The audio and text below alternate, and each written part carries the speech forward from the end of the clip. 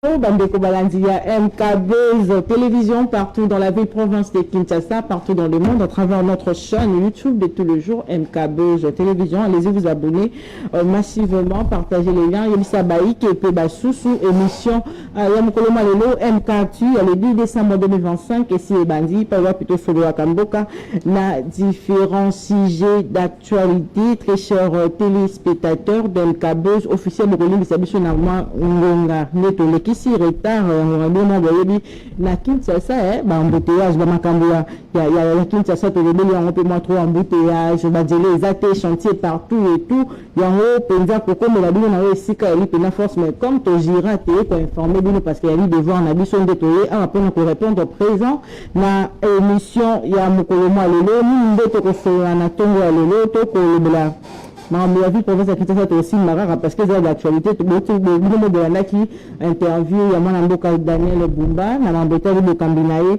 et la ville province à Kinshasa nous allons revenir sur ça également nous allons prendre cet accord prochain accord qui sera signé le 4 décembre prochain après le accord réseau signé mettre le Béango awa na plateau ya mokwaelo to le belapo likambetali fédéralisme le débat est relancé to komeka koza makanisa bayimboka est-ce que ezali moment ya kolobela kama fédéralisme na République démocratique du Congo to komana biso état fédéral nde bayimboka ebele bakokanisa yango ndeko za solution pour na développement ya mboka est-ce que ali bongo to pendenge to kolobela yango na tongo lelo rapidement ya mona fond la chambre ba invité du jour bazali banani besoin rapidement baline d'actualité à la une du mardi 2 décembre 2025 confirmé Tshisekedi Kagame et Trump se retrouveront le 4 décembre à la Maison Blanche. La tenue d'une rencontre à la Maison Blanche entre le président Félix Antoine Tshisekedi, le président Paul Kagame et le président américain Donald Trump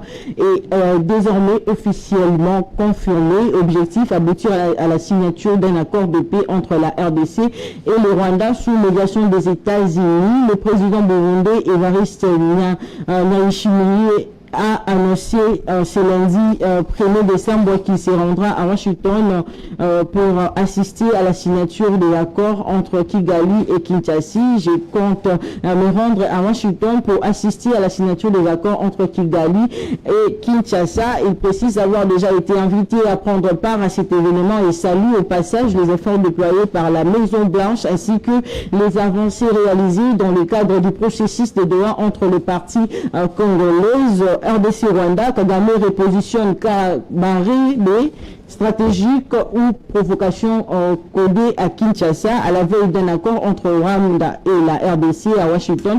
Le président Paul Kagame décide pile à ce moment précis de remettre en scène l'un des militaires le plus controversé de la région, le général James Kabarebe, le moment comme conseiller principal en défense et sécurité, un geste qui ressemble plus à une provocation assumée qu'à un choix administratif banal bien assumé par Paul Kagame. Kabarebe de l'homme qui connaît très bien l'armée congolaise, que certains officiers de Kinshasa pour avoir dirigé les FARDC, revient au premier plan exactement au moment où les deux pays parlent de pays. Francine Mulumba, le Parlement exclut, jamais consulté et n'a ratifié aucun des accords précédents conclus au nom du pays. Le peuple lui aussi est tenu à l'écart. À Washington, on engage la RDC sans que les Congolais sachent même dans quoi on les embarque et ajoute aucun engagement pris en dehors du cadre institutionnel congolais ne peut prétendre présenter la volonté du peuple, la souveraineté ne se marchande pas. Flash sécurité, des combats ont repris tôt ce matin à Kanyola. Oui, à Kamanyola plutôt, entre les M23 et les FARDC, où de selon plusieurs sources locales, Katogota et Luvungi, panique générale, tir à l'arme lourde, activité paralysée, habitants en fuite. Des attaques attribuées aux M23FC sont en cours de vérification. Katakogo, Kamanyola, les populations sont enfermées dans leurs maisons, craignant l'intensité des affrontements. Les FARDC, appuyés par le Burundi et le Wazalendo, tente de contenir l'offensive. De l'autre côté, J.D. Vendré, président de la République démocratique du Congo, dit le rebelle Corneille Nangaa lors d'une interview santé. Le 16e épidémie de Ebola officiellement terminée. La première ministre Judith Suminwa a présidé le lundi 1er décembre 2025 la cérémonie marquant la fin de l'épidémie d'Ebola dans la province du Kasaï. Après 42 jours sans nouveau cas, selon les autorités, cette victoire résulte d'une riposte rapide, coordonnée et maîtrisée dès les premiers jours. Le ministre de la Santé déclare: nous avançons aujourd'hui la fin de l'épidémie. Notre pays a accumulé une grande expérience grâce aux précédentes flambées. Pour finir, en parlant du fédéralisme RDC, Franck Diongo prend distance avec Corneille Nangaa. Le débat relancé par Corneille Nangaa, coordonnateur de l'Alliance Fleuve Congo FC, autour de l'instauration d'un État fédéral en RDC, créé désormais des tensions au sein même de son mouvement. Cette fois, c'est Franck Diongo, portant l'un des cadres ayant accompagné l'ancien président de la CENI dans son initiative politico-militaire, qui désavoue ouvertement cette orientation. Dans une tribune publiée sur les réseaux sociaux, il rejette la proposition du fédéralisme. Pour lui, la forme de l'État n'apporte aucune plutôt garantie en matière de paix ou de développement. Il rappelle que les véritables maux du pays sont crise de gouvernance, crise de leadership, crise de vision, crise de démocratie, crise d'identitaire, crise de légitimité, crise de moralité et d'éthique politique. Dans ce contexte, promouvoir un discours fédéraliste tout en invoquant l'article 64 pour une révolution constitutionnelle, créer une cohérence majeure, cela peut transformer une démarche constitutionnelle en une initiative perçue comme anticonstitutionnelle. Très cher téléspectateurs d'MKBuzz officiel, soyez une fois de plus nous bienvenue dans Mandat Kanabino à MK Actu. Il y a le 2 décembre 2025, c'est un peu après la selon l'ordre d'arrivée, bien évidemment, dans le Bokonanga. Il y a Mobali, Mboka, Maître Eloche. Oui, madame MK, il y a Lelo Ali, analyste indépendant, mais proche de l'opposition. Bonjour. Bonjour, maman Marcella. Mote na kodebate awa azali boso na ngai pe mote na bakongole nyonso bali kolanda biso sasaiki esengo mingi ya kozala na yo na loboko na ngai ya mwasi esengo ya koyamba mpona bino mwana mboka Dominique Mbaye ali communicateur ya Union Sacrée de la République. Boye malamu na mokolo mwa lelo mwana mboka azali communicateur ya Union Sacrée de la Nation, parti au pouvoir. Mbote mama na retard. Mbote mama to sengi bolimbisi mingi na bakongomani nyonso na retard oyo. Je pense que la bonne moralité l'exige. Je salue aussi mon débatteur à qui nous partageons ce plateau. Na pesi mbote na président na biso Médard Kankulongo ba kolanda biso abongiseli biso espace kitoko po tozola na bakongomani na pesi mbote na tata mokonzi ko ba kolanda biso. Sans plus tarder, je pense que vous allez m'accorder 3 petites minutes. Na lobanaba Kongomani ou au Kapambate, toujours na facilité. Il y a pour le bas où est tambola kate, mais où ils allaient au tambola et sengel peut tout ça la promotion à Yango. Maman Grachela. Aujourd'hui, vous savez que président Félix Tangoye Bokondi, vision naïe ezalaki ezali ya commettre en avant-plan l'intérêt de la population. Aujourd'hui, il y a la réforme sociale initiée dans l'administration publique par l'entremise du VPM Jean-Pierre Liao, vice-premier ministre en charge de l'administration publique. Motomoko okobo yango a l'été. Administration publique et à l'île modernisée grâce à Jean-Pierre Liao. Pour coordonner à côté à moi tambola banana le langue belge atika kayango. Le Jean-Pierre Liao a apporté modernisation d'administration publique. Jean-Pierre Liao a innové dans le service public. Le Jean-Pierre Liao a écopé sa dignité. Na ba fonctionnaire, ba agent public nyon surtout oyo dignité na bango esi ebungaka na mikolo et les kaka. Le lot tozomona ali na kati ya kotambola na étendue RDC mobile. Donc au final faut balancer biso ba image. Voilà. En tout cas les Congolais doivent voir comment ces fils du pays travaillent. Aleki na Mbujimai, aleki na Kananga. Dernièrement, azalaki na Bunya, les lois na Kisangani. Tango komi na Bunya, on l'a vu aller inaugurer. L'agence moko ya Sensap oyo bazali na kati ya koélargir Sensap na Ituri créer agence mususu ya sika na Bunia oyebi ke Bunia ezali moko ya secteur ezali zone poste de conflit ndenge ba ko benga à quelques visiter voir même voilà il est là ali na kati ya la tournée à que même ko visiter hôpital et c'est comme militaire na biso bali ba amputé ba blessé de guerre bali na hôpital général ya Bunia et le mona mwana mboka Junior Mata ndenge boko mona azali top manager ya Sensap oyo azali ko s'occuper na nyonso etali prestation sociale ya ba agent public et par rapport à la réalité sur terrain, je peux vous assurer que le top manager de la Sensap a eu une initiative pour accélérer d'une manière exceptionnelle la prestation sociale liée aux accidents du travail. Pambate, les militaires, les soldats, les policiers, tu dis qu'à n'importe quel cas, il y a une garantie sociale de mon côté.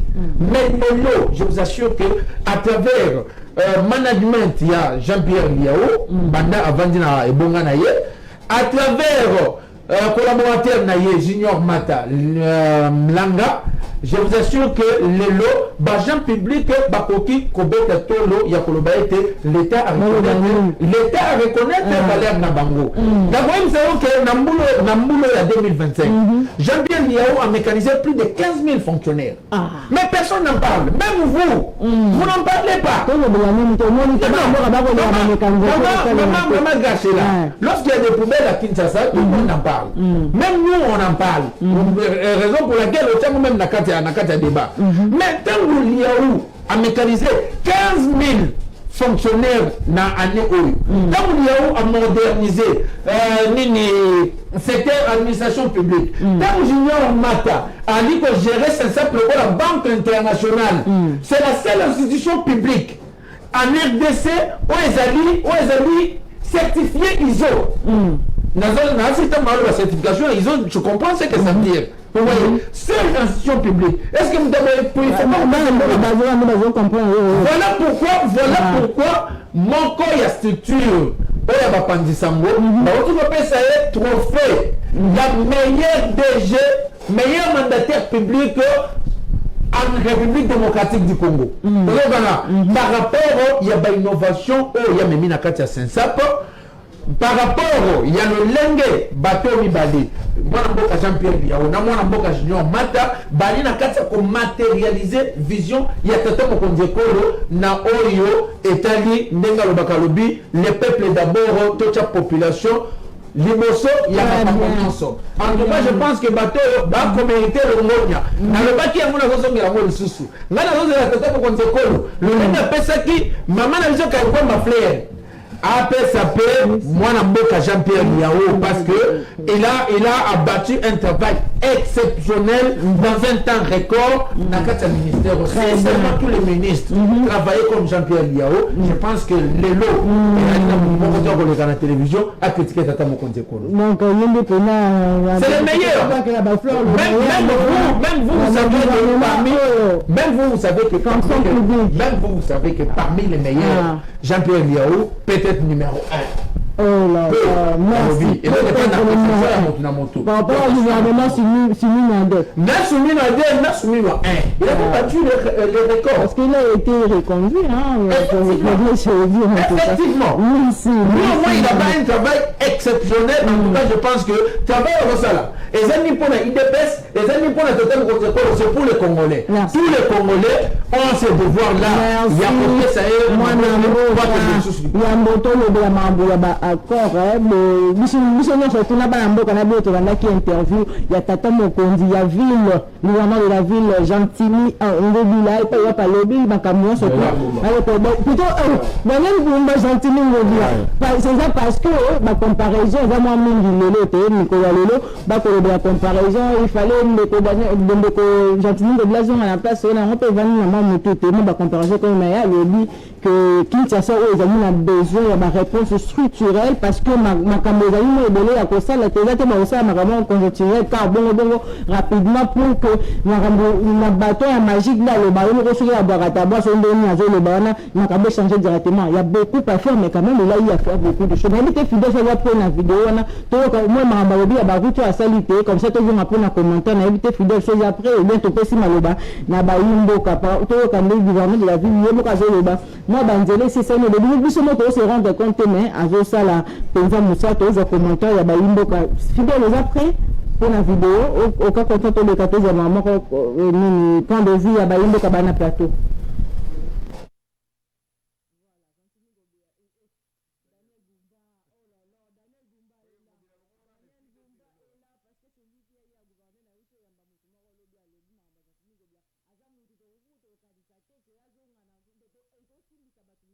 Tout au bout de c'est comme le vendeur, il y a eu un vendeur de la banalise dans mon personnel. Moi, un beau maître, mais éviter de Daniel Bomba, Hollanda qui intervient là.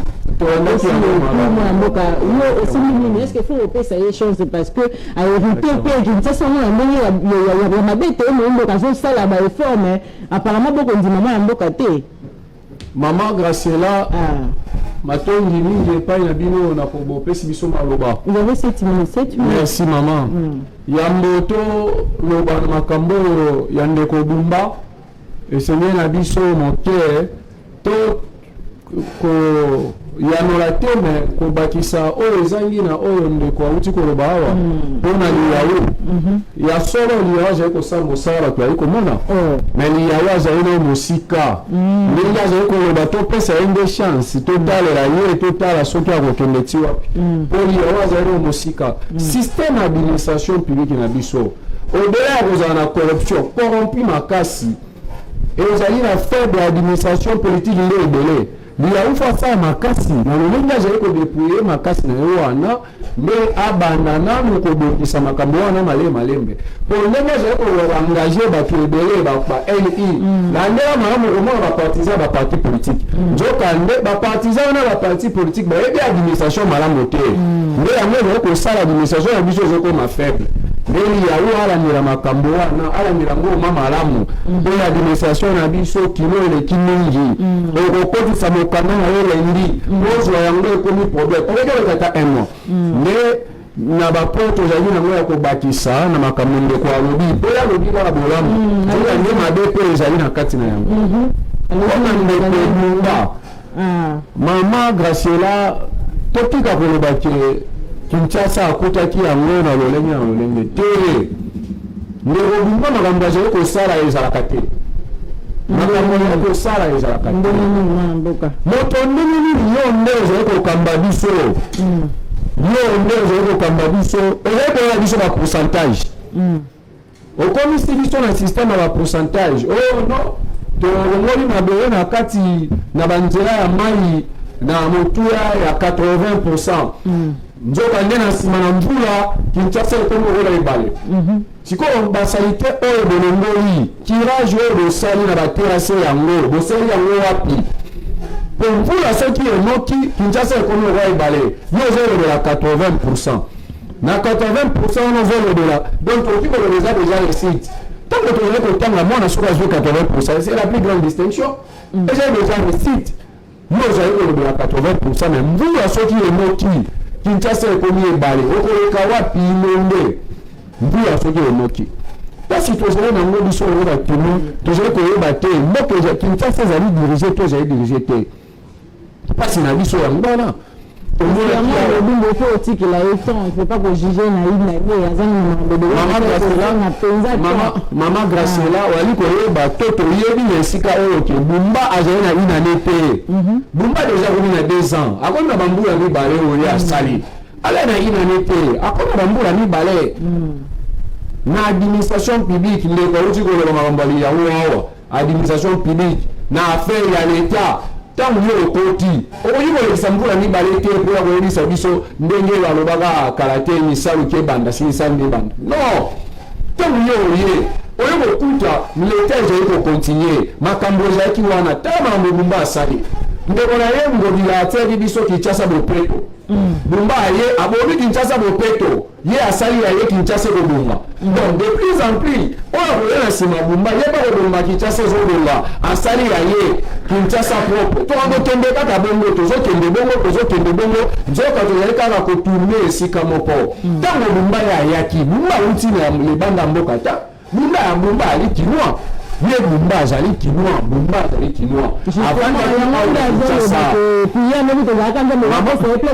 Mama Graciela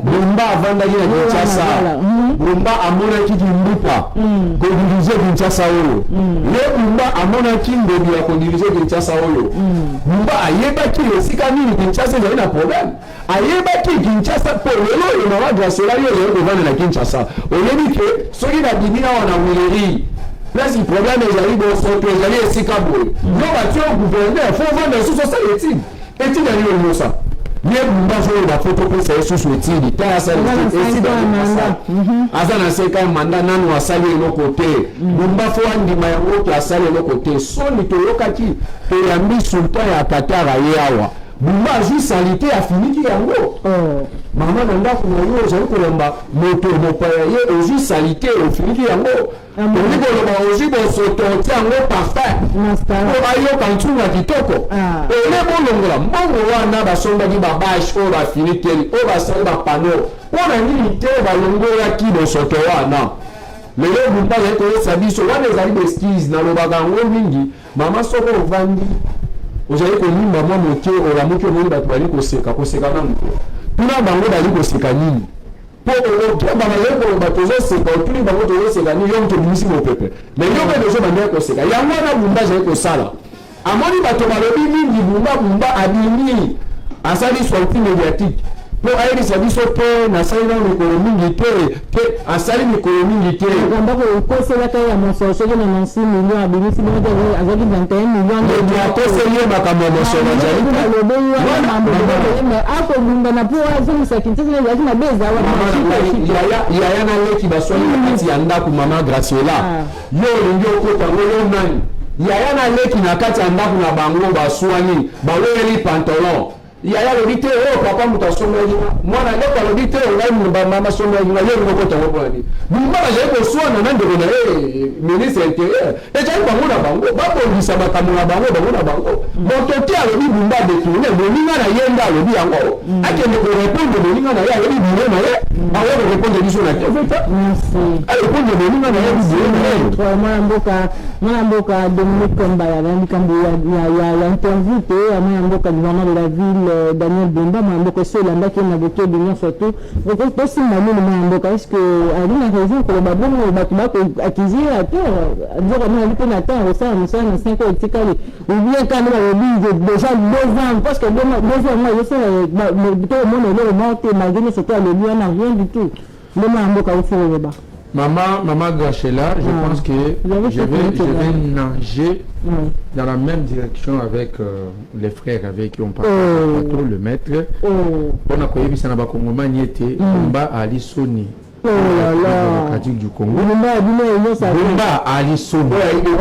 L'union sacrée. Bumba Ali Soni. Il est peste. Bumba Ali Soni, même pour sa propre famille. Bumba Ali Soni, même pour son propre foyer. Oh là là, mon beau. Mais moi, à la place de Bumba, je devrais présenter une commission. Au lieu de passer à la place publique pour se ridiculiser encore. Parce que communication, il y a cette loi-là. Il y a quelque chose qui se justifier. Et Ali Soni et Ali Bosoto. Moi j'attendais Bumba yebisa biso tant on battre campagne comme gouverneur. Alors regarde le Kinshasa bon na fona bafulu te, bafulu ndio surtout na kosala na courant.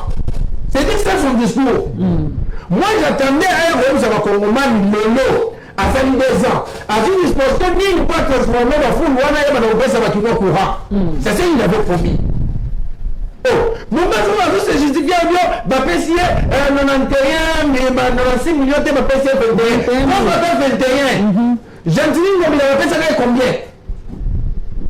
Il y a au moins de Bumba va PCA 21 millions. Mais ville de Kinshasa. Recette de Kinshasa et ça de l'autre côté. Recette de Kinshasa est produire combien? Bumba il y a des ambitions tant de bilatéraux. Article de DGK va produire combien? Le lot, na management na yo, DGK a produire combien? Donc la recette. Bumba c'est maintenant c'est déjà contrat Al-Barak. Fidèle, tous arrêtez. Allez-y. Contrat Al-Barak. Bon, l'article là qui est. atiki likolo mesa parce que négocier mituka ye mpona koassainir ville ya Kinshasa. Est-ce que Bumba akopesa biso suite na yango où en sommes-nous? Parce qu'il y a l'équipe de top Congo, mais la question non, c'est on va commencer à dire que c'est là. Il y a 5 ans. Est-ce que c'est déjà sur base de quoi à m'attaquer à nous rapide? Non,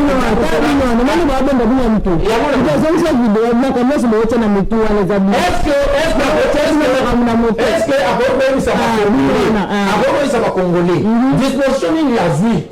Pour être Kano rapide wa mataka na kuna kufa zotinga na maboko tuwa na ville tant pour le rebeka ama aza l'obligation ya kumata mo zuzuke. Est-ce que y a déjà pas congolais le kwana? Nous avons face à nous donc des bébés politiques, permets-moi de l'appeler comme ça. Ah, mon beau, bébé politique. Un très mauvais politicien. Est-ce que même citoyen de moi je ne dis pas de Kinshasa, je ne suis pas membre de l'IDPS pour votre information. Il y a de l'union sacrée. Voilà pourquoi j'ai commencé ici à dire Bumba est une honte pour l'union sacrée. Comme j'ai dit, Jean-Pierre Niaou est une fierté pour l'union sacrée. On voit dans l'union sacrée, tu peux sa place de l'impunité. Dans l'union sacrée, ceux qui m'appellent Zali, tu peux faire ma bête, ceux qui m'appellent Zali, tu peux faire malam. Tout le monde Ngobila a hérité Vino par Kibuta. Mais tant Ngobila y est, touche à Ngobila, tout le monde l'a vu. Même ceux qui ont sauté, même Ngobila respiré. L'envie, il y a comme ça qui il y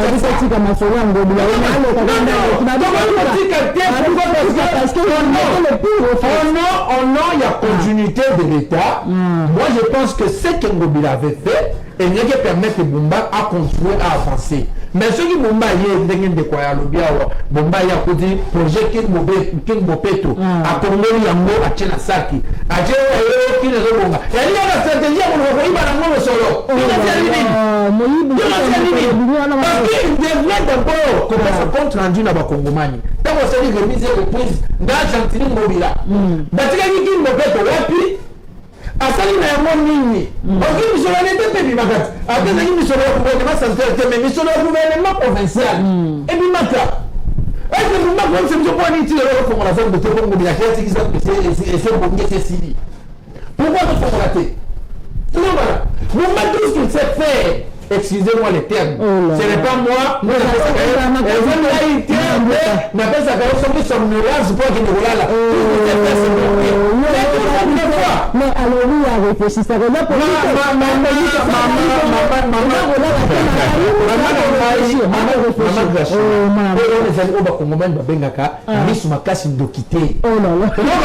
parce que si on dit maintenant courage, peut-être parce que Macaro partout, on a la chaîne de l'État, on a même la province, on a l'Assemblée nationale, l'Assemblée provinciale, bon,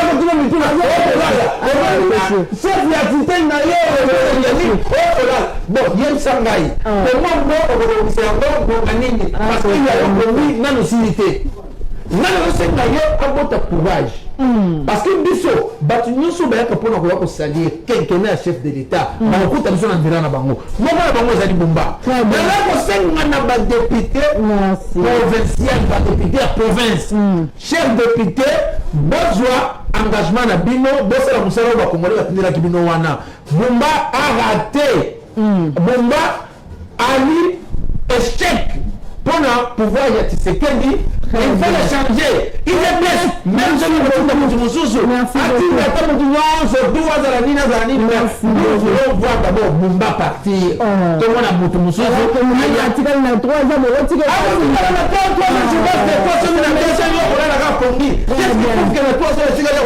Très bien, merci beaucoup. Moi, je suis sur la deuxième vidéo parce que tout le monde a accord que vous avez signé le 4 décembre.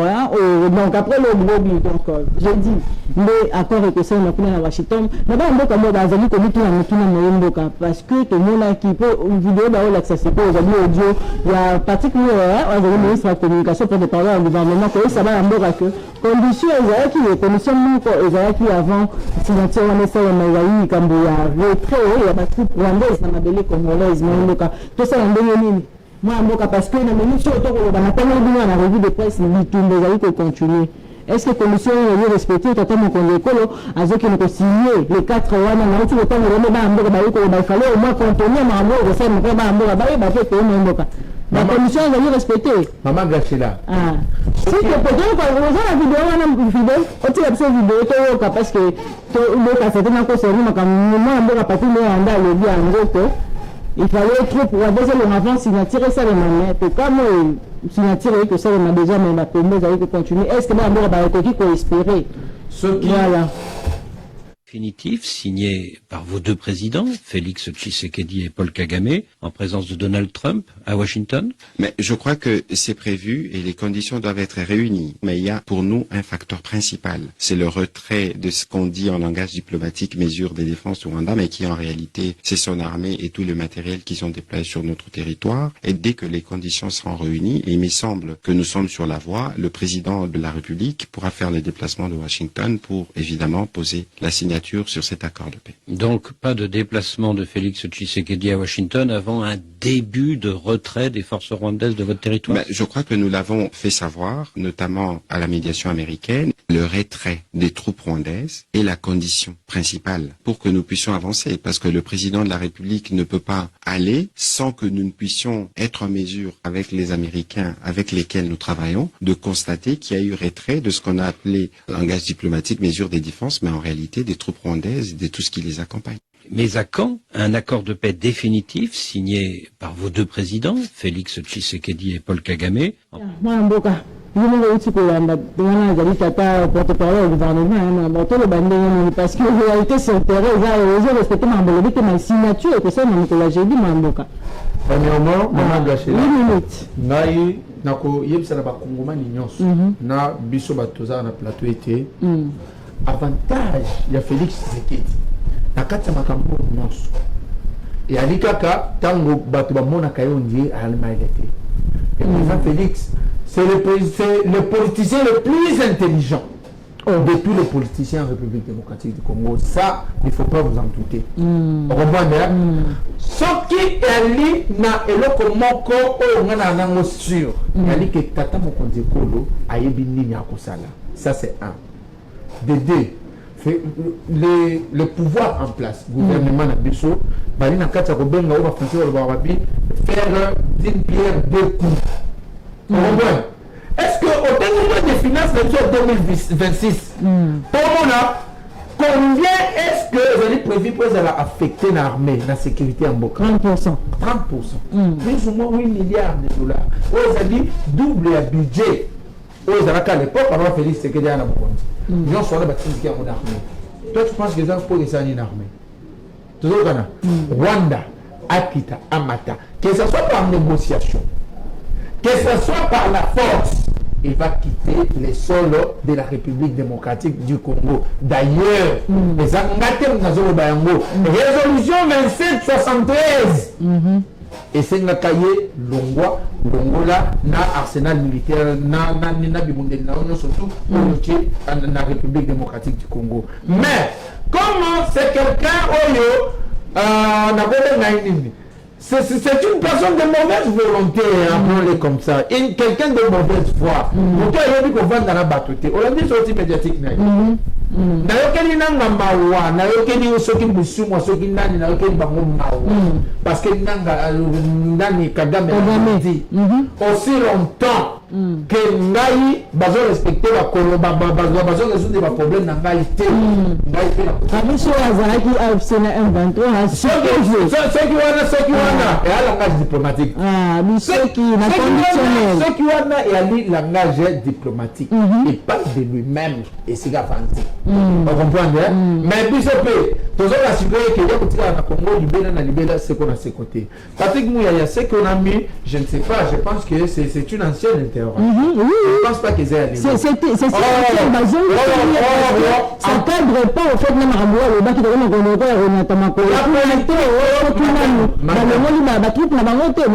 Madame Gachela, la politique est dynamique. La politique n'est pas statique.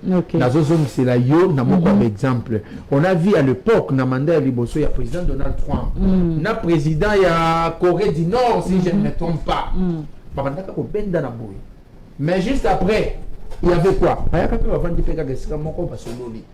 Vous comprenez? Donc, Masolognon, surtout, mais bateau single va vendre, mais ça, va bon, ça vous comprenez?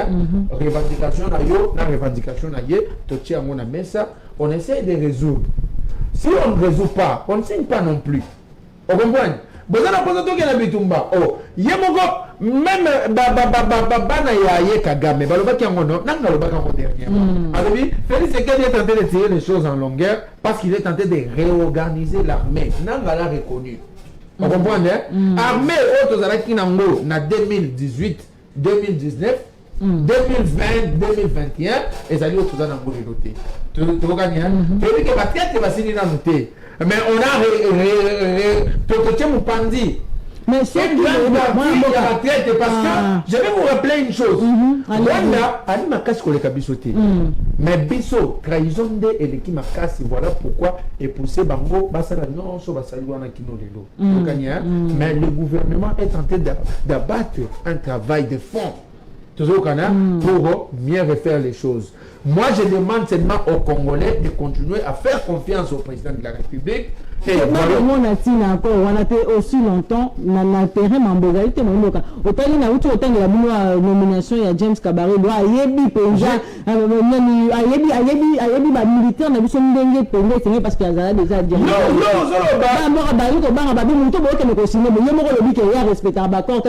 mauvaise foi. Mais pourquoi ne pas arrêter? Parce que ça bénéfique de Maman Grachela, pourquoi la nomination de James Kabaré au Rwanda doit vous inquiéter, vous? Non, la population. Pourquoi ça doit inquiéter la population?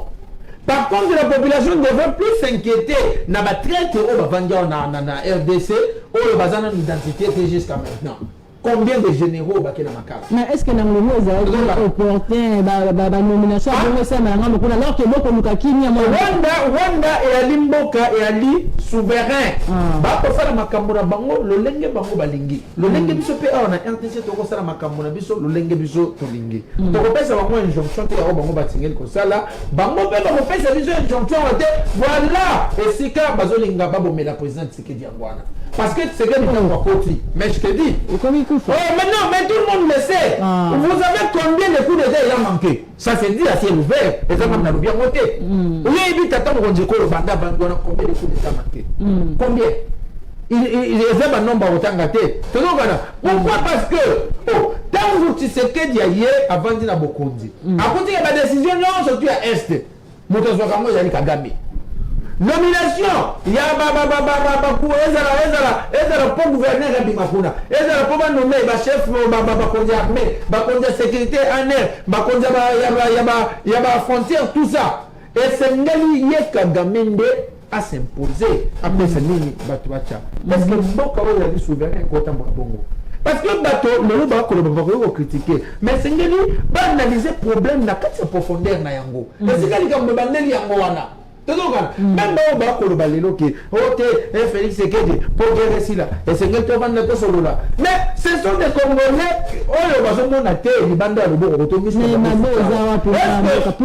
pourquoi est-ce que tant Kagame a sali sortie médiatique combien il y a des Congolais wana au babimi pour nous condamner parce que quand Kagame parle de reste de la République avec le IDPS il n'est pas le bord de la famille, mais aussi civil, il y a chef de l'État, famille, il y a Azobeta Masolo et à Congo. Kagame a toujours vécu comme ça depuis 1994 envers la RDC. Tout le monde le sait. Mais si aujourd'hui le président Félix arrive, il identifie les vrais problèmes et il essaye de prendre les taureaux par ses cornes. Pourquoi ces Congolais de mauvaise qualité Bakoki Kopesa et Maboko on a conservé intérêt mais ce sont des Congolais de mauvaise qualité. Les Congolais qui ne savent pas dire non, là où il faut dire non. Ce sont des Congolais de mauvaise qualité. Les Congolais qui ne savent pas pour critiquer vrai problème. Bango il y a beaucoup de problèmes comme on a Félix Tshisekedi. Bato Bolia continue que génocide des en RDC. Maman Grachela, na Estamboka, bato va beaucoup fêter, va beaucoup fêter. Mais quand un Congolais a dans la place publique, azoboya koloba ouvertement ke bato bakokufa na este ya mboka azoboya kotanga Rwanda ke akoloma bakongomani na este ya mboka au moment où bapays nyonso to à l'étranger bakotanga. Est-ce que Rwanda ali congolais de bonne qualité? C'est des congolais de mauvaise qualité? Oyo il y a un problème comme Félix Tshisekedi. Oh, Félix passera, mais le Congo doit rester. Ça, c'est ce qu'ils disent. Maître la Camboyina, Tezali Cambo, Yako, Sepelape, Mwanda, Moutuma, Mboka, Nikoloba, à Outikoloba, Tata Mokonoko, fort avec ça, la mini total du point du côté diplomatie, Tata Mokonoko, avancement, Pelé, Zali, avancer, Zali, Makasi, la Cambotali, diplomatie, l'autre, Moni, accord et consigné déjà, Mokolo, j'ai dit, 4 décembre Mamboka. Tout Simba Nini, est-ce que ils allaient victoire diplomatique parce que quand on connaît pas la vie, ils ont été passés à Kondimaka jamais brassage, na mixage ça les Mamboka. Mabé Maman Graciela, matondi pona maloba. Toali kotala bango, toali kolanda, toali koyoka pasi. Pasi toali koyoka ya nini? Maman Graciela. Pour capacité de nous pour il s'engage biso total sana bambeko bye été accord on va pour signer mokolo il y a le 4 décembre et j'allais quand va pour consolider on le samba déjà en juin 2025 oyo et ça m'a dit déjà en juin 2025 yango bali ko consolider yango ba on signer Maman Graciela, totika finaliser, il faut bien le dire. Maman Graciela, totika koloba mingi kopanganya panganya tango toali komona likambo jali ko kelema be. Soki likambo jali ko kelema be, lomba jali ko kelema be. Yango wana nde bosolo. Nde palobaki ya wabiso toali ba oyo, bango bali ba oyo. Bajali komona moto asali mabe ba témoigner asali mabe. Alobi mambo abumbaka jaki na motema esepeli. Mais na suka awa ndenge alinga bando kotengama ndeti kaka bana boudin moto so alinga koteka boudin atosombi ya 100,000 awo bando katenia likolo zomona ete bien na se atengami bana boudin bakataka bongo etengami ndenge ali kosala ali kotengama tango azali koloba awa makambo ya accord wana na Rwanda tozali koyeba biso nyonso ke ezali motambo oyo Kagame azali kosala epai na biso sorti médiatique ya Kagame Kagame aza mala Kagame azali moto oyo azali na mayele mabe Kagame ndenge ali bongo ali moto azali mayele mabe a comprendre ezali ya Kinshasa ayebi ke bakongole Kinshasa na bakonzi na bango bali kopoala trop bali koyeba mingi yango Kagame akoni kobina na jena bino za politiki akoni kobina na jena wana ezali politiki yo ndimi makambo Kagame alobaki wana ndenge ndeko ali koloba to komante yango ezali bosolo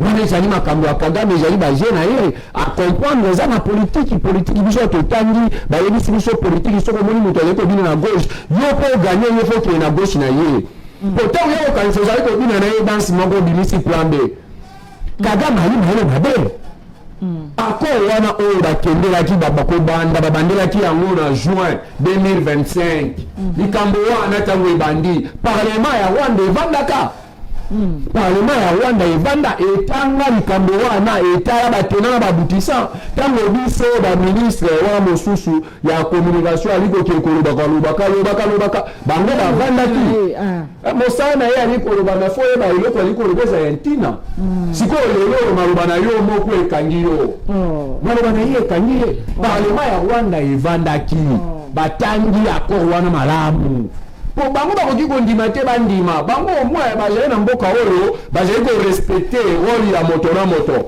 bayebi ke badepute wana bazali kolobela peuple bakoki te kokende kondima eloko badepute wana bayeba te po peuple akotuna bango biso awa parlement nini evandaki soki bavandaki mpo bakoyisaka mere biso eza bafikrité bavandi bakoyisika mere parlement evanda likambo wana te twali kokende malembe mama twali kokende malembe lelo oyo mama Graciela ngai na yo soki toyebi konteni wana mama oyo azali koteka matembele awa na uleri mama oyo avandi na bwadi na ipele kuna ayebi konteni nango te ayebi konteni ya likambo wana te me mama wana avotaki depute akekolobela ye na kati ya accord na bango wana mboka na biso Congo faut tosangisa makasi na Rwanda po toyebe bango tokanga ba FDLR.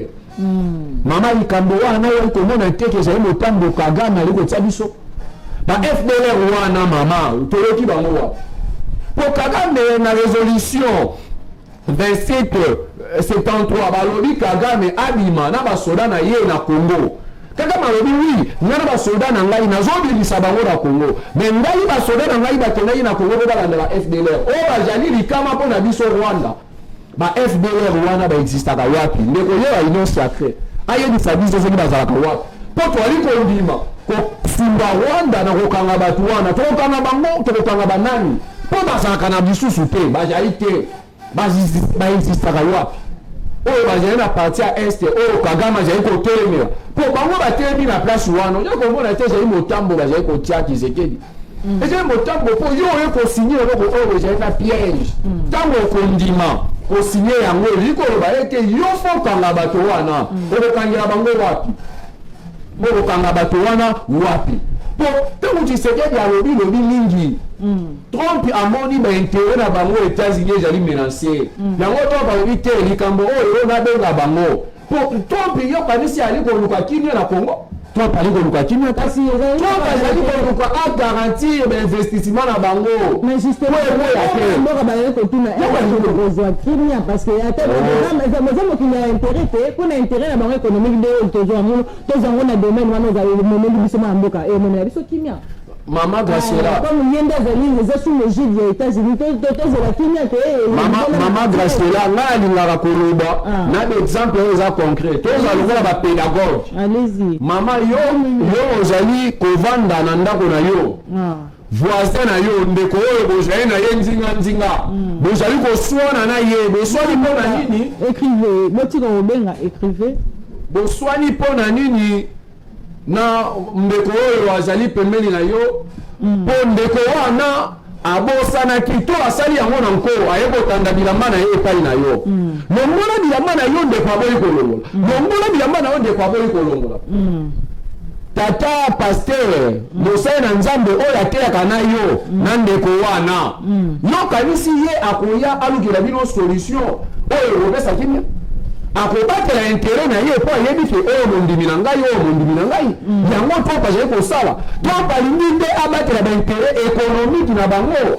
intérêt économique oyo peuple azali kosouffrir oyo peuple azali komona eloko te yango Trump azoluka batela Trump azali koluka te po kini ezala kuna prévane ntango Trump azali koloba makambo na ye wana batela kokutana le 4 nanga ye wana azali komibenga président nanga azali koganga ke ya kokoma président mokonzi ya mboka oyo sikoyo na lolenge wana nde tozali kokanisa ke desordre kosila tokingi ekokota po Kagame akoloba no basoda na ngai bazali kuna 100 nazwali kobimisa bamapinga na ngai 100 exemple bamapinga 100 babimi nde M23 na AFC ekufi nde M23 na AFC ekufi ndenge nini tozali kokende kosinga eloko oyo toyebi te na amutisa malamu mingi te kaka mpo bomona biso totambolaki tovoyager c'est ça la diplomatie non ce n'est pas ça la diplomatie très bien ce n'est pas ça la diplomatie na accord wana ngai nali koloba na accord wana eloko ya marume ekobima kuna te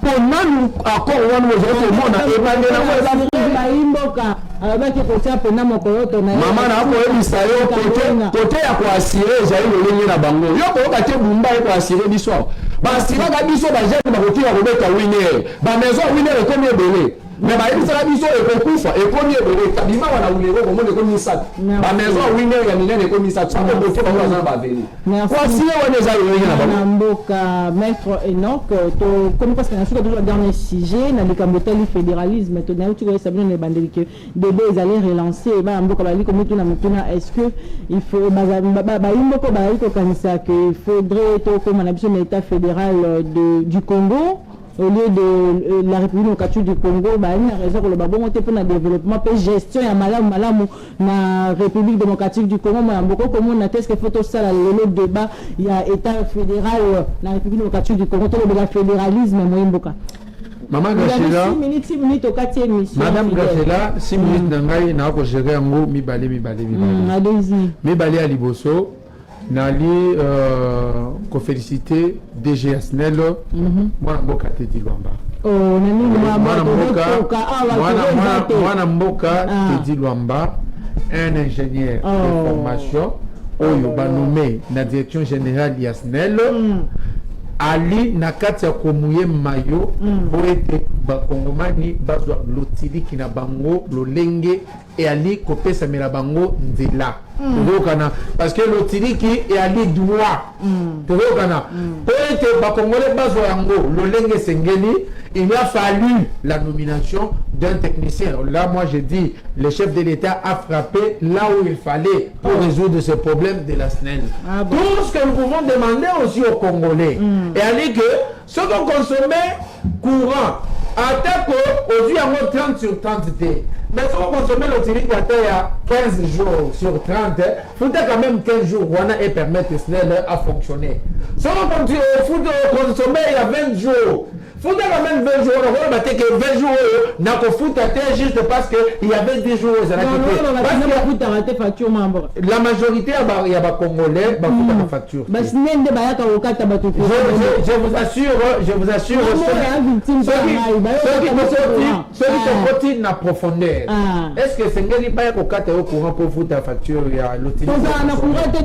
C'est ce qu'on dit. Pour la facture, il faut que il y a pour résoudre le problème. Après 6 mois, pour analyser gestion, il y a un nouveau DG. C'est un professeur en électricité formé à l'ISTA. C'est une fierté pour le Congo. Chance, possibilité, il y a pour résoudre le problème au Congolais par au travers. Nous vous saluons là où vous êtes, monsieur le DG. Ce qui tozongi nazokoma esika ndeko nanga lobi pona koloba ote bakor wana il a critiqué ça de toutes les facettes. Nazali ko sayo ke omoni guerre to ali nango guerre et ali na ba front mitambo tozokana ba souligner yango bien to ali na front diplomatique. Oyo va avancer zali toto ke ndeko signer accord ndengo lobiawa to ali na front militaire oyo na budget na biso baruti ko kata 30% ya budget plus ou moins 1 milliard de dollars pour affecter l'armée, ce qui n'était pas le cas. To ali na front médiatique oyo biso na bango esengeli to le cas on a TV to mbaka pona ko yebisa ba kongomani bosolo to na posa au critiquer président Félix. Félix, c'est un problème entre nous. Mais le problème ici est que le Congo est menacé. Parlement à Rwanda. Nous comparons Parlement à Rwanda Parlement Bokanabiso. Et nous avons d'autres choses. Est-ce que Rwanda, nous avons le Parlement à te dire Kagame? Tu l'as déjà vu? Peut-être que je suis est-ce que na Rwanda, il y a Rwanda, il faut comparer démocratie et liberté au Congo par rapport à Rwanda. Est-ce que Rwanda est un exemple pour la Bisso?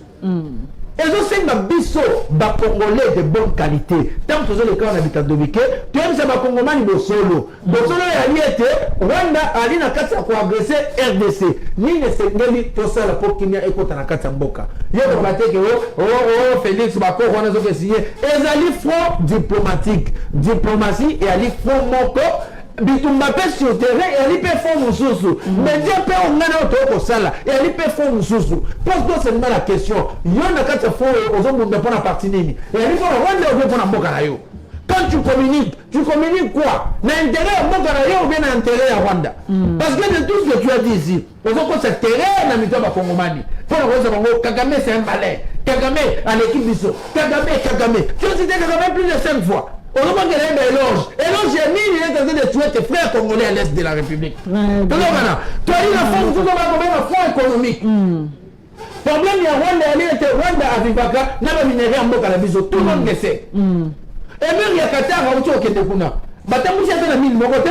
À quel bilanga, à quel élevage, à Mangombe, à quel banini. À ta mine, mon comme on a mis sur mon yangoté. Rwanda, pour ça, a continué à copier minerai en Bokanabiso, à faire développer dans Bokanaï. Ça aussi, c'est une guerre que nous sommes en train de mener. Quand nous passons ici, on doit dire aux Congolais quelles sont les dispositions que nous devons mettre en place de sorte que tout protéger l'économie en Mokanabiso face à l'ennemi, face à voisin. On a toujours au Mokanabiso. Il y a les fonds judiciaires. Il y a justice. Tout le monde a ces pays à s'engager, tout le monde a enquête et à de sorte que Babougo, nous sommes Babougo, Congomani, Bazala, Babacha Bango, face à la responsabilité là Bango.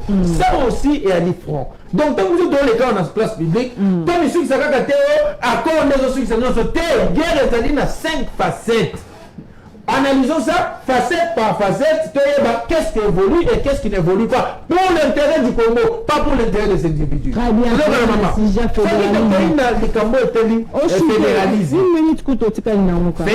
Fédéralisme, et moko ya batoyo bakoluka bapesa wanda mboka na biso.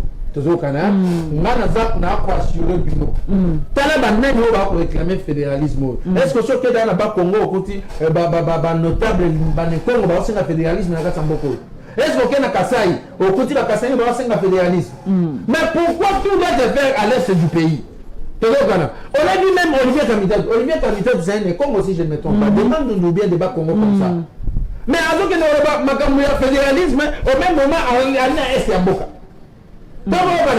Ce qui n'est pas normal.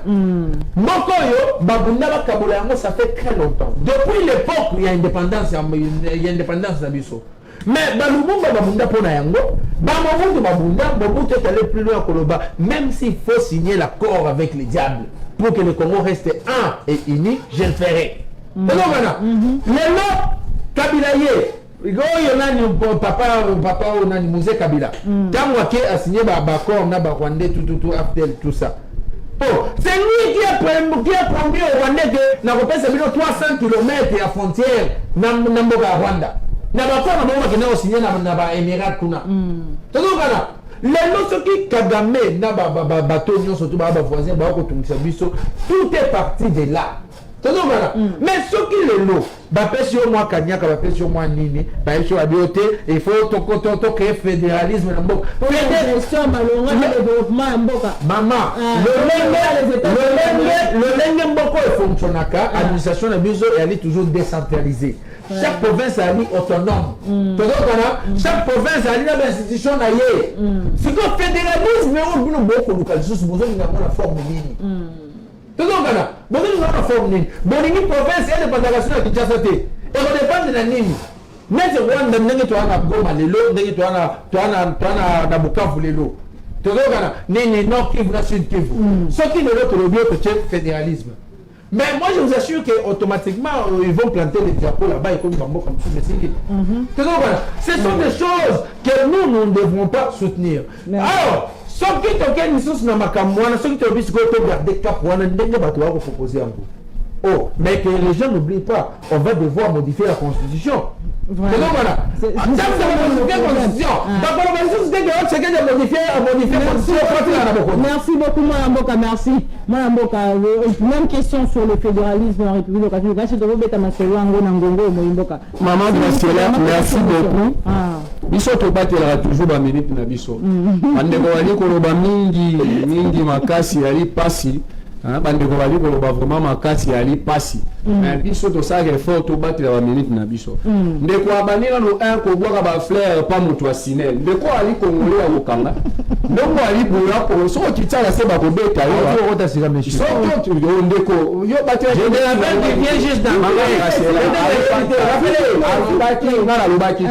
mais la rappelé au kaka soko kiti kaka awa na se bakobeta yo bandeko bali kolanda biso wana sa bakobeta yo kuna esika tozali alite o générateur mais yo ali kobwaka bafleur na Kasavubu oyo ali kokende 3 semaines pour ya 6 mois Kasavubu awa et puis ozali koloba bakongole bafutaka facture te mama Kasela kutu ayebisi yo na bato asignalo bali kokata bakable oyo kosala ezali lisumu Webi soki dimanche oki église tubela yango.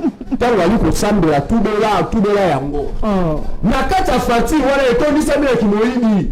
Ajaye ko di sabi soto futa lumière publique éclairage public. Yo na Kinshasa mo éclairage public côté ni yo moni net na va na ipeni.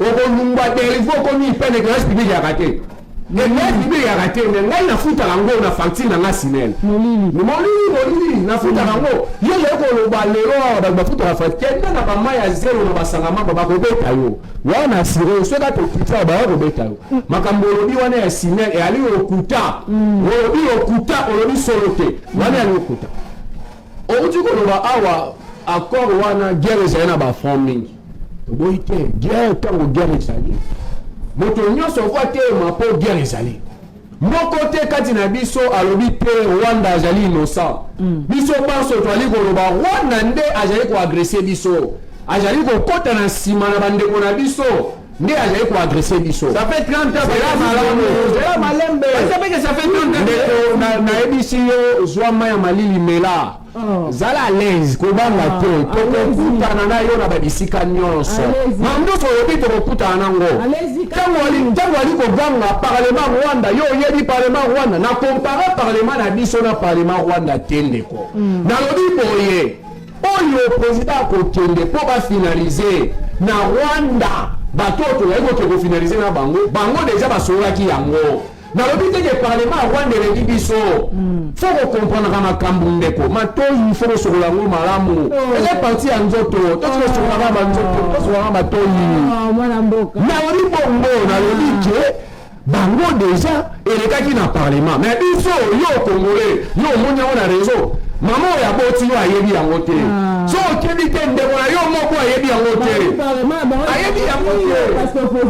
ayebi yango te parlement na biso mpe ali iyo parlement na biso mpe ali iyo parlement na biso ezali iyo mama Gracela bakweyisi kamere bavote bonji parlement na biso ezali iyo parlement na biso ezali iyo mama Gracela parlement na biso ezali iyo parlement na biso etombisami na badepute union sacré tozokende malema malobi ngai nazobwakela Kagame eloge ngai nabwakela Kagame eloge Kagame namona ye te Kagame nayebi ye te Kagame azali kosala makambo ngai personnellement kopesanga kanda kende na université ngai nasilisi tuna travail na ngai et porter sur justice transitionnelle ngai nalobela rapport mapping ngai nalobela yango donc nayebi makambo Kagame ali kosala tika nali koloba Kagame ali mayele mabe c'est en fonction des causes.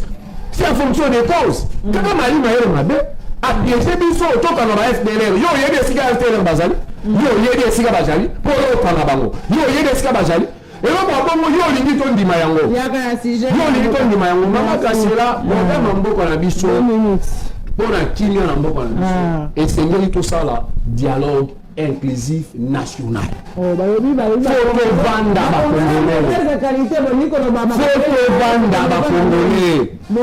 vanda bakongolais. Wana bangonde bali koloba yango. Bango bakanisi ne bali kobenga biso bakolola mauvaise qualité. Ne bango bali ya bonne qualité. Bomba jali moto na bango. Kongola malamu. Foto vanda. Likambo ya fédéralisme, oui. Fédéralisme est une forme à État. Dans notre pays, on a essayé presque na ba forme nyonso. Sauf fédéralisme là on te met qu'à côté. Mais le lenge mboka ezali na ba tension, likambo wana ezali vraiment important te. Fédéralisme siko ezali important te. Pour na kati na mboka ba tension ezali fédéralisme ezali te ndenge le lenge ndeko ezali kolobela yango te. Fédéralisme, il y a toujours eu des États fédérés qui sont dirigés par un État fédéral. Même aux États-Unis d'Amérique, Washington, ils signé accord. Dans les États-Unis, Trump. Il y a un fédéralisme, sauf que dans le pays, il y a attention à mboka. Fédéralisme est un important. Donc, qui n'est pas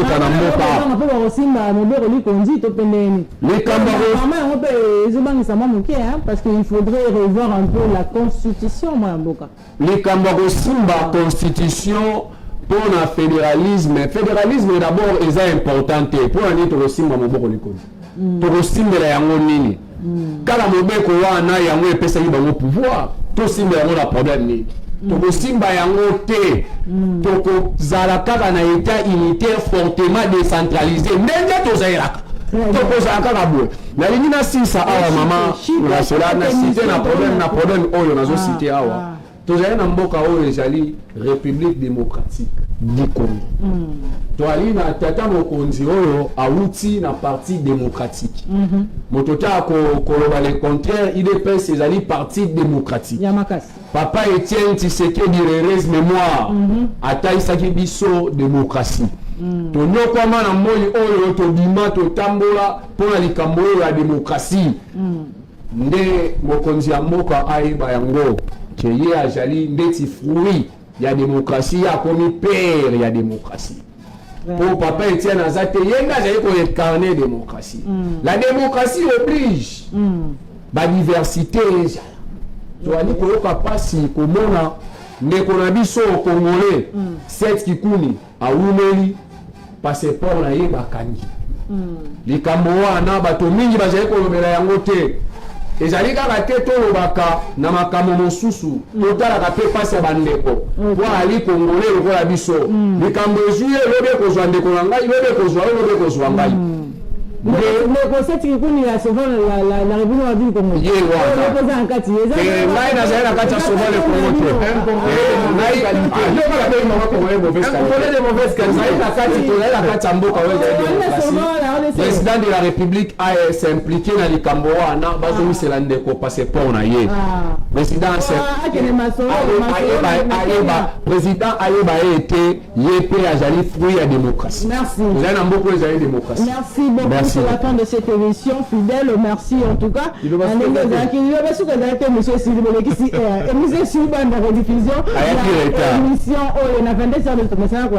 très prochainement ce que Jésus-Christ a zongina noté.